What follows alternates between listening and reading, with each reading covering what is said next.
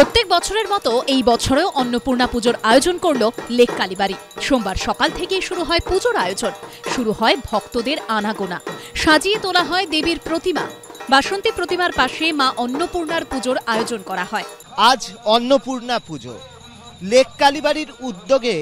Lake কালীবাড়ির ঠিক উল্টো দিকের উদ্যানে অন্নপূর্ণা পুজো হচ্ছে। গত 10 বছর আমরা এই শ্রী শ্রী হরিপদ চক্রবর্তী উদ্যানে এই পূজা করে যাচ্ছি। অন্নপূর্ণা বা অন্নদা জগৎমাতা দুর্গা তন্ত্রশাস্ত্রে বর্ণিত এক রূপ।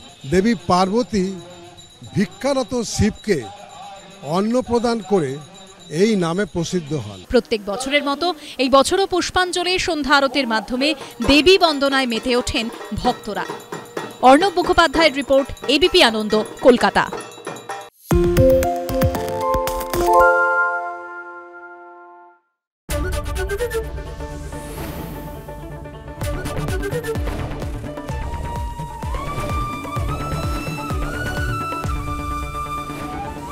এবিপি আনন্দ এগিয়ে থাকে, এগিয়ে রাখে। পালিয়েছে তাই নাকি? রাত্রে বাংলা গুজব চায় না, বাংলা খবর চায়। বাংলা খবর, বাংলার খবর। শুনতে পাচ্ছি না, বল না। আরে 10 টাকাটা ব্যাপার নয়, আজকে 40 টাকা দিচ্ছি, কারণ 40 টাকা। বাংলা গলাবাজি চায় না, বাংলা খবর চায়। বাংলা খবর, বাংলার খবর। বাংলা ঝামেলা চায় না, বাংলা খবর চায়। বাংলা খবর, বাংলার খবর। বাংলা চেঁচামেচি চায় না, বাংলা খবর চায়। বাংলা খবর, বাংলার খবর। আরে চাটা দে। এই আমার একটা চা দেন। কি হলো আমারটা? বাংলা পক্ষপাত চায় না, বাংলা খবর চায়। বাংলা খবর, বাংলার খবর।